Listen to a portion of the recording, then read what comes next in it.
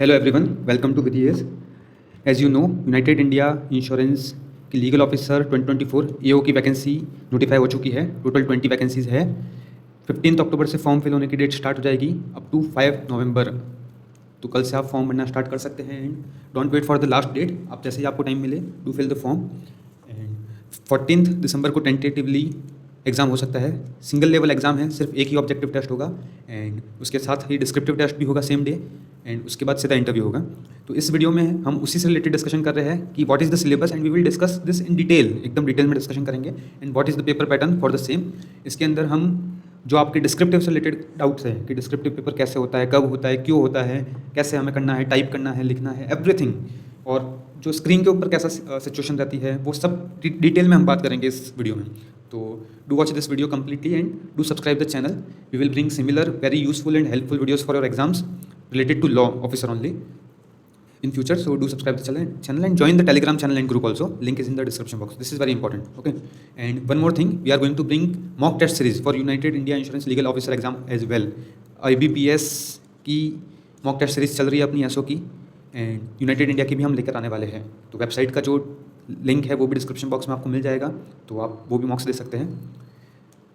Moving forward to our syllabus, तो सबसे पहले we will discuss the reasoning syllabus. Reasoning में आपका आएगी series, order ranking, distance direction, word formation, coding decoding. इसमें प्रीलिम्स लेवल के भी अलग क्वेश्चंस रहते हैं, कॉम्प्लेक्स कोडिंग डिकोडिंग रहती है वो मेंस के अंदर। फिर इनइक्वलिटीज़, ब्लड रिलेशन, स्लॉग्स, इनपुट आउटपुट। इनपुट आउटपुट भी बहुत डिफिकल्ट हो जाते हैं मेंस के अंदर, बट इसके अंदर जनरली आपका पेपर है वो ईजी रहता है। ईजी मतलब not in exact completely easy, but mains के लेवल का पेपर नहीं रहता जनरली। कोई भी इंश्योरेंस का एग्जाम रहता है। इंश्योरेंस जो न्यू इंडिया इंश्योरेंस कंपनी है, नेशनल इंश्योरेंस है, ओरिएंटल इंश्योरेंस है एंड जो अपनी यूनाइटेड इंडिया इंश्योरेंस है, इन चारों इंश्योरेंस के अंदर जो एग्ज़ाम रहता है वो काफ़ी मॉडरेट सा रहता है। सो वो बहुत टफ नहीं आने वाला है। तो आप उसकी इसी वजह से थोड़ी सी कट ऑफ हाई भी रहती है इसकी, तो आप उस अकॉर्डिंग ही आपको प्रिपरेशन करनी है। फिर sitting arrangement, puzzles, data sufficiency, ये पूरी वर्बल रीजनिंग है अपनी। ये generally I do not recommend attempting it in exam unless you are very confident about it, क्योंकि थोड़ा गलत होने के चांसेस ज़्यादा रहते हैं। या आपका इसके ऊपर मेन फोकस रहना चाहिए, प्रैक्टिस भी इसकी ज़्यादा करनी है एंड मार्क्स भी इसमें ज़्यादा स्कोर करने हैं। कमिंग टू क्वांटिटेटिव एप्टीट्यूड में ratio, proportion and partnership, percentage, profit and loss, ये सबसे पहले एक्चुअली करना चाहिए आपको। ये 3 टॉपिक्स के बिना आपको कोई भी टॉपिक नहीं पकड़ना चाहिए। ये 3 टॉपिक्स होने के बाद simple and compound interest, average, time and work, actually this is also that topic which you should do, not this. सब फर्स्ट, सेकंड, थर्ड, ये 3 टॉपिक आपको सबसे पहले कंप्लीट करने चाहिए एंड उसके बाद बाकी सारे टॉपिक्स करने चाहिए। फिर pipes and systems, TSD, time speed and distance, mixtures, alligations, permutation, combination and probability, data interpretation, famously called as DI, and data sufficiency. अगर किसी की कॉन्ट वीक है एंड उसको मतलब इसके अंदर ऐसा लगता है कि कॉन्ट नहीं हो पाती है, बहुत डिफिकल्ट है, तो इसकी भी एक ट्रिक होती है लॉ ऑफिसर्स के लिए, क्योंकि हमें बहुत ज़्यादा नहीं पढ़ना है। बहुत जो लॉयर्स है एज इन मतलब जनरली ही लॉयर्स की सबकी कॉन्ट थोड़ी सी वीकर साइड पर रहती है एंड कॉन्ट के बेसिस पर जनरली किसी का सिलेक्शन मतलब कोई इसके भरोसे सिलेक्शन नहीं लेते हैं। हाँ, अगर आपकी कॉन्ट अच्छी है तो आपके सिलेक्शन के चांसेस जरूर बढ़ जाते हैं। तो इसकी भी एक ट्रिक होती है कि आपको क्या क्या पढ़ना चाहिए। तो जैसे ये 3 टॉपिक्स कवर किए हमने, ये है। इसके अलावा 2-3 टॉपिक्स है वो भी इंपॉर्टेंट है, वो रह गए। एक तो सीरीज़ आती है, वो इंपॉर्टेंट है। सेकंड है क्वाड्रेटिक इक्वेशंस। ये 2 टॉपिक्स हैं, ये भी बहुत इंपॉर्टेंट है। इन 2 टॉपिक्स से बहुत सारे आपके जो मार्क्स है वो फैच हो जाते हैं। एक्चुअली ये आपको सबसे पहले करना चाहिए, सीरीज एंड क्वाड्रेटिक इक्वेशंस। ये सबसे इजी भी रहते हैं और एग्जाम में आपको मार्क्स भी फैच करते हैं। एंड ये 3 topics, these 1, 2, 3, 4 and 5, this it self will fetch you 40% of marks and 40% of marks can't में इनफ होते हैं, मोर देन इनफ है। तो अगर आप सिर्फ इसकी भी प्रैक्टिस करते हैं तो आपके काफ़ी मार्क्स आ सकते हैं कॉन्ट में। तो कॉन्ट का फियर है वो माइंड से आपको सबसे पहले निकालना पड़ेगा। कमिंग टू इंग्लिश, RC आता है, पैरा जम्बल्स, पैरा फिलर्स, एक पैराग्राफ रहेगा, उसके अंदर कुछ ब्लैंक्स रहेंगे एंड ऑप्शंस में आपको उन ब्लैंक्स में फिल करना पड़ेगा। Error spotting very important, paragraph completion, cloze test, idioms and phrases, active and passive, one word substitution, synonyms and antonyms, spellings. सबसे ज़्यादा जो एग्जाम में पूछा जाता है वो ये एरिया है, इसमें सबसे ज़्यादा पूछा जाता है। नॉट इवन दिस, ये कट कर, ये जो है इसमें से सबसे ज़्यादा क्वेश्चंस आते हैं। स्पेलिंग्स से भी अच्छे खासे क्वेश्चंस आते हैं। आपको स्पेलिंग्स में एरर दिखाएंगे और बोलेंगे कौन सी इसकी करेक्ट स्पेलिंग बताइए, या इस टाइप से बेसिकली इस टॉपिक से क्वेश्चंस आ सकते हैं। तो इसका भी एक तरीका है इंग्लिश को पढ़ने का, वो भी हम आगे फिर फ्यूचर में डिस्कशन करेंगे। अभी सिलेबस के ऊपर फोकस रखते हैं, अदरवाइज वीडियो बहुत लंबी हो जाएगी।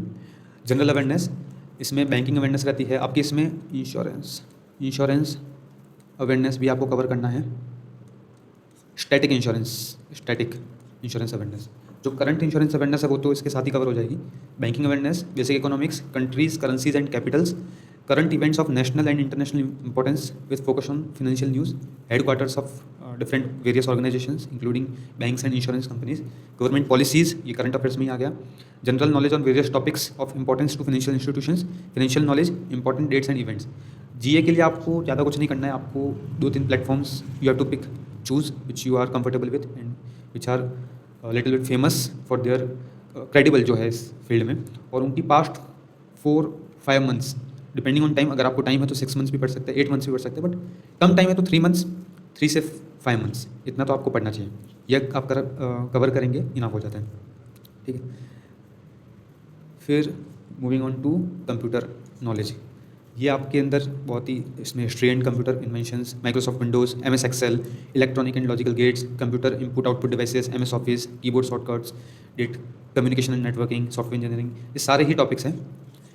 इसको कवर करने का भी एक सिंपल सा तरीका है, you just have to pick 1 computer knowledge PDF, कोई भी एक PDF, 1 PDF रहती है, PDFs बहुत सारी अवेलेबल रहती है गूगल पे वगैरह, आपको मिल जाएगी। You have to pick just 1 PDF and revise it 4-5 times, हो गया आपका computer knowledge.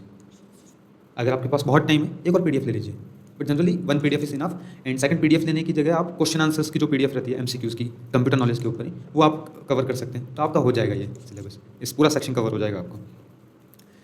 Coming to syllabus of law in, अब ये जो है this was indicative syllabus in 2023 and this was given by United India, so this is not provided by me. ये United India ने past year 2023 में जो अपना AO law specialist का एग्ज़ाम हुआ था उसमें this were the acts, and ये आपका इंडिकेटिव सिलेबस था। तो इसको हम देख लेते हैं। तो constitution of India, insurance act 1938, थोड़ा सा डिफिकल्ट जाता है ये एक्ट। फिर मोटर व्हीकल एक्ट्स, ये मॉडरेट टू अबव डिफिकल्ट रहते हैं। कंज्यूमर प्रोटेक्शन एक्ट, मतलब मैं ये आपको स्टडी पर्पज़ के लिए बोल रहा हूँ कि थोड़ा आपको डिफिकल्ट जाती है ये एक्ट्स पढ़ने में।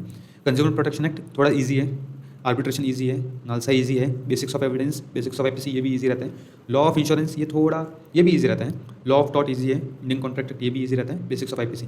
तो ये जो है ये, एंड कॉन्स्टिट्यूशन भी किसी किसी को डिफिकल्ट लगता है, तो ये थोड़े डिफिकल्ट है ये 3, बाकी ये सारे ईजी साइड पर हैं। तो ये तो आपको कवर करने हैं। एंड अगर इन्होंने इस बार कोई सिलेबस दिया इंडिकेटिव सिलेबस, तो उसके ऊपर वापस हम वीडियो बनाएंगे एंड कैसे पढ़ना है उनको वो भी हम डिस्कस करेंगे। But this was syllabus in 2023, तो you can get an idea कि इससे रिलेटेड जनरली क्वेश्चन आएंगे। अगर कभी भी सिलेबस नहीं गिवन होता है एग्जाम में, तो out of 40-50 bare there are जो हमें कवर करने पड़ते हैं, 40 to 50 bare acts. But exam में 40-50 बेयर एक्ट्स में से क्वेश्चंस नहीं आते हैं, एग्जाम में क्वेश्चंस आते हैं 15 बेयर एक्ट्स में से, around this is not exact number, IBPS वालों ने मुझे कॉल करके नहीं बताया, this is around 15 bear acts में से क्वेश्चंस आते हैं। And these 15 bear acts might be any of those from this 40-50 bear acts. You can never gas कि ये वाला इंपॉर्टेंट है, ये वाला इंपॉर्टेंट है, हाँ कि कॉन्स्टिट्यूशन इंपॉर्टेंट है, कॉन्स्टिट्यूशन से तो आएगा ही आएगा, ऐसा भी हो सकता है कि एक भी क्वेश्चन ना आए कॉन्स्टिट्यूशन से। तो any 15 bear acts might be, they might ask questions from any 15 bear acts out of those 40-50 bear acts. तो आपको सबसे पहले तो ये कवर करना है, या फिर जो भी इंडिकेटिव सिलेबस मिले, एंड देन हम, अगर आपको इंडिकेटिव सिलेबस मिल जाता है तो बात ही खत्म हो गई, बट अगर नहीं मिलता है तो ये कवर करना है, और उसके अलावा हम प्रायोरिटी वाइज देखेंगे दूसरे acts. Okay, coming to paper pattern, हाँ दिस इज़ वेरी इंपॉर्टेंट। जो फर्स्ट टाइम पेपर दे रहे हैं उनके लिए काफ़ी इंपॉर्टेंट है। बहुत कैंडिडेट्स को डाउट होता है कि ये सेक्शनल टाइमिंग कैसे होती है, क्या है ये सेक्शनल टाइम। तो सबसे पहले हम उसके ऊपर डिस्कशन करेंगे। जैसे ही आप एग्जाम सेंटर में आए, आपने जो बेसिक फॉर्मेलिटीज़ होती है वो सारी की, अब आपको जो कंप्यूटर अलॉट होगा, सिस्टम अलॉट होगा एग्जाम देने के लिए, यू सेट ऑन दैट, ठीक है। आपने जो एक नोट होता है बेसिकली जो आपको लिखना पड़ता है, तो वो आपने लिखा, और फिर आपका एग्ज़ाम शुरू होता है। तो सबसे पहले आपका ओपन होगा रीजनिंग का सेक्शन। कैसे रहता है, ये स्क्रीन है कंप्यूटर की, यहाँ से सेक्शन होता है रीजनिंग, फिर ये दूसरा सेक्शन इंग्लिश, कॉन, ऐसे ऐसे सेक्शन बने रहते हैं। एंड यहाँ पर नंबर रहता है, आपको पता है, क्वेश्चन नंबर्स। तो रीजनिंग ओपन होगा, एंड रीजनिंग में आपको 20 मिनट्स मिलेंगे। आपको वो 20 मिनट्स में जो 25 क्वेश्चंस हैं रीजनिंग के, वो पूरा आपको सॉल्व करने हैं, जितने भी हो बेसिकली आपसे, सारे ही सॉल्व करने, ये उनका कंपल्शन नहीं है, जितना आपसे हो। एंड आपको 20 मिनट्स ही मिलेंगे। वन मोर थिंग, आपको 20 मिनट्स पूरे स्पेंड करने पड़ेंगे, you can not skip and go to the next section. आपको पूरे वो 20 मिनट बैठना पड़ेगा रीजनिंग का सब्जेक्ट लेकर, पूरे 20 मिनट हो जाएंगे, फिर automatically next section that is English will open. उसमें आपको 30 मिनट्स मिलेंगे, 30 minutes, 40 question are there, 40 marks are there, मतलब 1 question 1 mark. In reasoning 1 question 1 mark, 25 okay. इसमें 30 मिनट्स आपके पूरे हो गए। 30 मिनट्स में इसमें आपको 40 क्वेश्चन करने हैं, जो कि हो जाते हैं बहुत। रीजनिंग में आपका मुश्किल होगा, 20 मिनट्स में आपसे हार्डली 12-13 क्वेश्चन होंगे, ओके। फिर कॉन्ट आपका ओपन होगा 20 मिनट्स, अगेन 25 मार्क्स, थोड़ा डिफिकल्ट है, टाइम लिमिट आपको कम पड़ेगी। फिर जनरल अवेयरनेस ओपन होगा 15 मिनट्स में 20 क्वेश्चन ईजिली हो जाएंगे इस टाइम में। फिर आपका कंप्यूटर ओपन होगा 30 क्वेश्चन 20 मार्क्स। इसका मतलब है एक क्वेश्चन के लिए जो आप राइट टिक करेंगे आपको 2/3 मार्क्स मिलेंगे, आपको कंप्लीट 1 मार्क्स नहीं मिलेंगे किसी भी क्वेश्चन के। एंड लास्ट है अपना लॉ। तो लॉ में 60 क्वेश्चन हैं लेकिन 120 मार्क्स हैं। इसका मीनिंग क्या है? इसका मीनिंग है पर question 2 marks are allotted. So that's why this is a very highly scoring subject. अगर आपका लॉ अच्छा है इस पेपर के लिए, there are very high chances that you will sail through. हाँ, other sections will definitely help, and उनकी help आपको लेनी पड़ेगी। सिर्फ लॉ के बेसिस पर आप नहीं सिलेक्ट हो सकते, क्योंकि कॉम्पिटिशन अब धीरे धीरे इंक्रीज हो रहा है। बट आपको एक आइडिया लग गया, total you will get 2.5 hours, okay, 150 minutes, 2.5 hours for 250 marks and 200 question 200 रहेंगे लेकिन मार्क्स 250 रहेंगे। अब डिस्क्रिप्टिव, अब बहुत सारे स्टूडेंट्स, सबसे ज़्यादा कैंडिडेट्स का यही अभी डाउट है कि डिस्क्रिप्टिव कैसे होता है, कैसे करना है। तो जैसे ही आपका लॉ कंप्लीट हुआ, लॉ कंप्लीट होते ही तुरंत बाद आपका डिस्क्रिप्टिव शुरू हो जाएगा। आपको 30 मिनट्स मिलेंगे, 30 मार्क्स रहते हैं इसके अंदर, ओके, और आपको ये क्वालिफाइंग रहता है, ओके। तो इसमें कट ऑफ आपको डिसाइड पहले से नहीं की हुई है। बहुत बार कट ऑफ पहले से बता देते हैं 15 मार्क्स, आपको 15 मार्क्स लाने पड़ते हैं। बट इस बार cut off will be decided for descriptive paper evaluation according to, मतलब बाद में बताएंगे ये, या फिर शायद एग्जाम के बाद खुद ही ऑटोमेटिक डिसाइड करिए। तो एक और चीज़ है कि आपका मेंस में आपको पहले कट ऑफ क्लियर करनी पड़ेगी, फिर ही आपका डिस्क्रिप्टिव चेक होगा। तो ये बेसिकली वो रिसोर्स सेव करने के लिए करते हैं। पहले मेंस का पेपर आपका चेक होगा, लेकिन डिस्क्रिप्टिव का पेपर सेम डे होगा। जैसे ही आपने ऑब्जेक्टिव टेस्ट कंप्लीट हुआ, डिस्क्रिप्टिव का शुरू हो जाएगा। इसके अंदर आपको अच्छे से बता देते हैं। इसमें आपका जैसे ये कंप्यूटर स्क्रीन है, ओके, आपका यहाँ रहेगा लेटर। जैसे सेक्शंस रहते हैं रीजनिंग, इंग्लिश, वैसे ये रीजनिंग लेटर का सेक्शन, ये है ऐसे का सेक्शन। ये 10 मार्क्स का है, ये 20 मार्क्स का है। आपने समझे लेटर का ओपन किया, पहले बाय डिफ़ॉल्ट एक ओपन रहता है, ठीक है। तो ये आपकी रहेगी स्क्रीन, जहाँ पर आप टाइप कर सकते हो, यहाँ कर्सर रहेगा और ये आप टाइप कर सकते हो। और यहाँ पर आपको मल्टीपल ऑप्शंस मिलते हैं। लेटर में आपको 4 ऑप्शंस, 3-4 ऑप्शंस मिलेंगे, 3 to 4 options, formal as well as informal letter. हम एक बार और डिटेल में डिस्कशन करेंगे कि डिस्क्रिप्टिव के लिए कैसे प्रिपेयर करना है। बट अभी पेपर होगा कैसे, पैटर्न हम डिस्कशन कर रहे हैं, प्रिपरेशन बाद में डिस्कशन करेंगे। Important topics and all we will discuss about it, okay, how to sail through this descriptive paper. तो यहाँ पर 3-4 क्वेश्चन रहेंगे। कैसे रहते हैं? Question number 1, question number 2, question number 3, question number 4।